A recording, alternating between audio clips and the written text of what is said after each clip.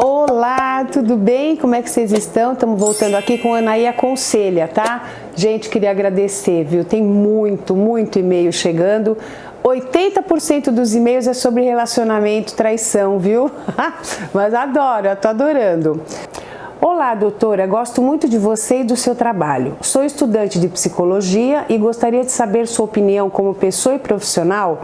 Se uma pessoa que já estuprou alguém pode mudar ou se sua natureza sempre fala mais alto? Bom, polêmico, né? Essa é uma questão polêmica, porque o estupro é um dos crimes que mais chocam a sociedade, né? É um crime realmente hediondo, né?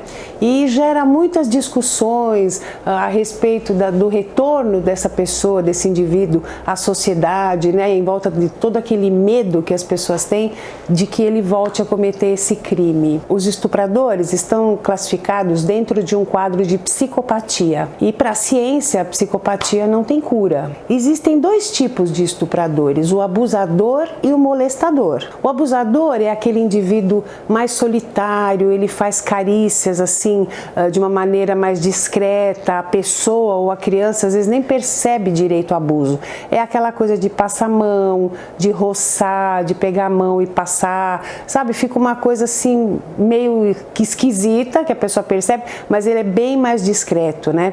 Já o molestador é mais invasivo e ele chega a consumar o ato sexual. O estuprador é considerado um psicopata, né? Porque ele não tem remorso, não sente culpa, ele não sente remorso pelo que ele faz. Só que ele tem plena noção do que ele está fazendo, né? Ele sabe o que é certo e o que é errado, né?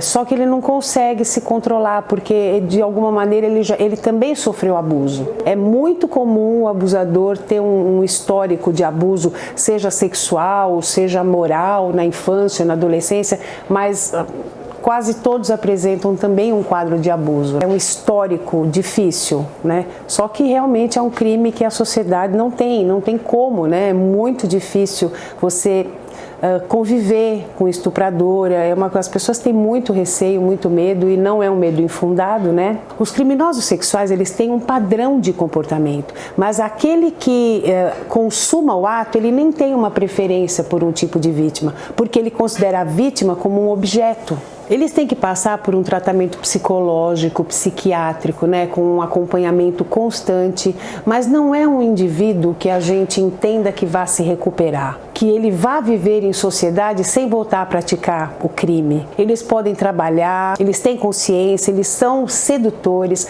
mas mesmo com o tratamento, as chances dele voltar a praticar esse crime realmente são muito grandes, né? Então é difícil, eles voltam a cometer o crime até com essas saidinhas, às vezes, da penitenciária, sabe?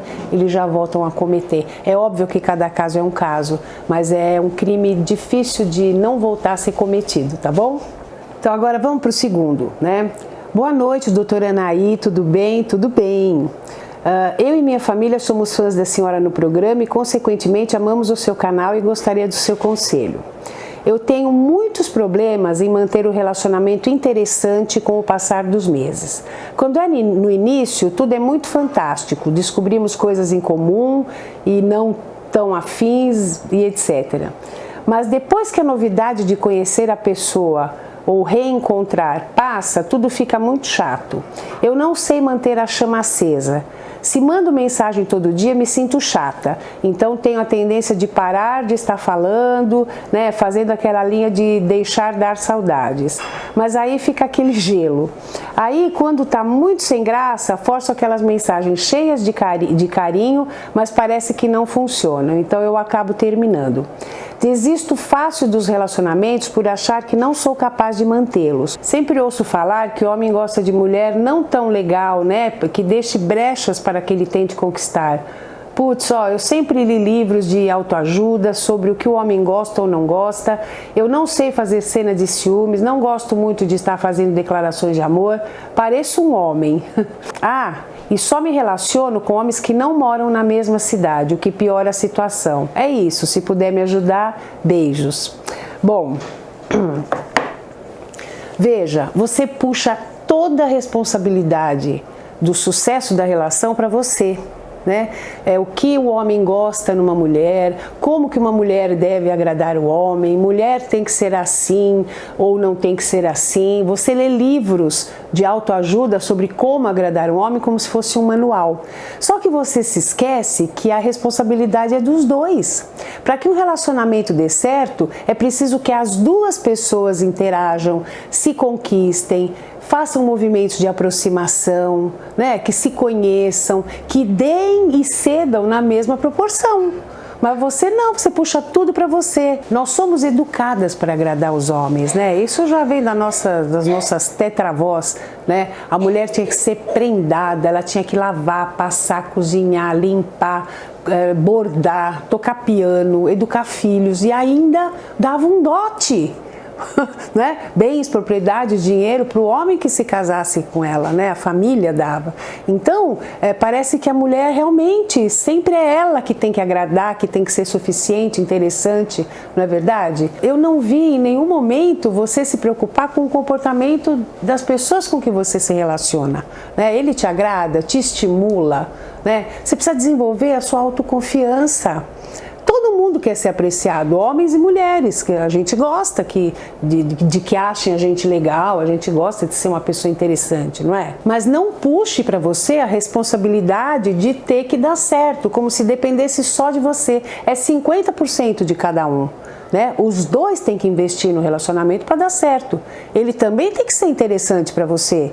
E se ele não for, só você tem que ser interessante, nem rola, não é verdade? Chegou outro e-mail, hein? Você também precisa ser agradada, conquistada. E sabe o que é pior? Você ainda se sentir um fracasso, né? Então você tem uma ideia totalmente equivocada sobre relacionamento, minha querida. Não depende só de você, não depende só da mulher. Muito pelo contrário, ainda mais com as nossas conquistas, a gente também quer um cara legal, a gente quer ter um sexo legal, não é só satisfazer o homem. Hoje a mulher também quer ter seu belo orgasmo, né? Coisas que mulher não tinha, mas nem pensava, as mulheres nem pensavam, nem sonhavam com isso, né? Não podia reclamar de nada. Então como é que você, aí você deve ser muito jovem, você não colocou sua idade, mas você deve ser bem jovem, né? Com uma filosofia que não está acompanhando a realidade. Né? Não é que a mulher tem que bancar nada demais, mas ela tem sim também que ter a contrapartida. Hoje em dia as mulheres não se satisfazem só em satisfazer um homem, elas também querem ficar satisfeitas, não é? E você também só se relaciona com pessoas de fora, né? Me parece que talvez seja só isso que você aguenta, né? Isso me parece também um auto-boicote. Né? A pessoa está longe, não tem aquele... É treinamento também, sabia? De olho no olho, da química, fisicamente, a troca afetiva, se tem química ou não, né? A saudade, o cheiro da pessoa. Tudo isso você fica só no virtual. Então é claro que você tem sempre que ter um assunto maravilhoso para chamar a atenção dele, e às vezes a entonação não passa nas palavras, às vezes não passa nas palavras. Você fala uma coisa, às vezes ele interpreta de outra maneira ou vice-versa. Então fica mesmo muito pesado, muito angustiante, ter que ser interessante e maravilhoso o tempo todo. Olha, então eu vou te contar uma coisa, ninguém consegue isso. Ninguém consegue ser divino, maravilhoso o tempo todo. E o gostoso do relacionamento é justamente você poder ser quem você é, né? Com o seu, às vezes, mau humor, você tá meio para baixo, não tá legal, mas tudo isso com tranquilidade e em paz. Procure se interessar por pessoas que estejam mais perto de você, sabe? Enfrenta esse medo. Seja sincera com a pessoa, né? Sobre os seus receios. E vá em frente, tá bom? Te desejo boa sorte. Bom, vamos para o nosso terceiro, né? Olá! Tenho 24 anos e conheci uma pessoa de 44. E devido às atitudes dele, fui procurar no YouTube, tudo que foi falado no seu vídeo se encaixou com ele, sobre pessoas que são narcisistas. Foram só alguns meses, mas que querendo ou não deixa traumas, né? Essas são algumas atitudes dele. Mandava mensagem o dia todo no começo, parecia um príncipe encantado. Sempre com elogios, que eu era a única pessoa que não tinha dado em cima dele. Logo, quando de fato eu resolvi dar uma chance, e aí ele começou a mostrar quem de fato ele era. Começaram as humilhações, chantagens, sumiços, triangulação, traição e mentiras. começou a estipular tempo para me responder no WhatsApp, disse que eu tinha que agradecer por estar com ele, que eu era uma privilegiada. O tempo todo dizia que tinha muitas mulheres atrás dele, o que me deixava insegura. Ele me culpava por tudo. Eu era o motivo de suas explosões de raiva e quando eu questionava, ele dizia que eu era louca, que estava apenas no momento dele. Um dia peguei o celular para ver as horas, o celular dele, e ele se transformou. E bem na hora chegou mensagem de 2 mulheres. Diz que ninguém pega as coisas dele sem permissão, que odeia isso, mandou eu cortar a intimidade que eu achava que tinha. Gente, e que eu era melhor no começo quando era boazinha e que não gostava que chamasse pelo nome dele, marcava comigo e não aparecia, não dava satisfação, quando eu ia ver já tinha saído, com certeza com outra. Ele deixava entender, né, isso. Quando eu ia perguntar, ele dizia que não tinha marcado nada comigo, me fazia passar por louca. Explodia e logo mandava mensagem como se nada tivesse acontecido. Eu sempre tinha que pedir desculpas para ele, mesmo estando certa. Ele me afastou de muita gente. Sempre falava que não confiava em ninguém. Nenhuma ex-presta, taxava todas como loucas, né? E por fim, disse que um dia eu ainda vou pedir perdão para ele por tudo que falei. Ele sempre se fazia de vítima e me bloqueou no WhatsApp. Muito manipulador, mentiroso, sempre se faz de vítima. E por fim, disse que um dia ainda vou ter que pedir perdão por tudo, que a culpa de não ter dado certo é só minha e de mais ninguém. Preciso de ajuda. Tem apenas 2 meses que ele me descartou como se eu fosse nada. Estou tentando me levantar sozinha, mas vejo que vou ter que procurar ajuda psicológica. Um beijo, sou sua fã. Obrigada. Olha, ele me descartou como se eu fosse nada. É isso que está te preocupando? Porque eu não preciso nem descrever o que um narcisista faz, porque você já descreveu inteira toda a manipulação, todo o egoísmo, todo o autocentrismo na pessoa, né? Aquela coisa de confundir, de manipular, de fazer você se sentir culpada por absolutamente tudo, né? A culpa é sempre sua, sempre ele é um Deus que resolveu abrir uma porta para uma simples mortal e desinteressante como a mulher. Ele sempre tem esse comportamento, que ele é o máximo, né? E você tem que andar pianinho, senão você vai dançar. Ele trai, ele manipula, ele te faz achar que é louca.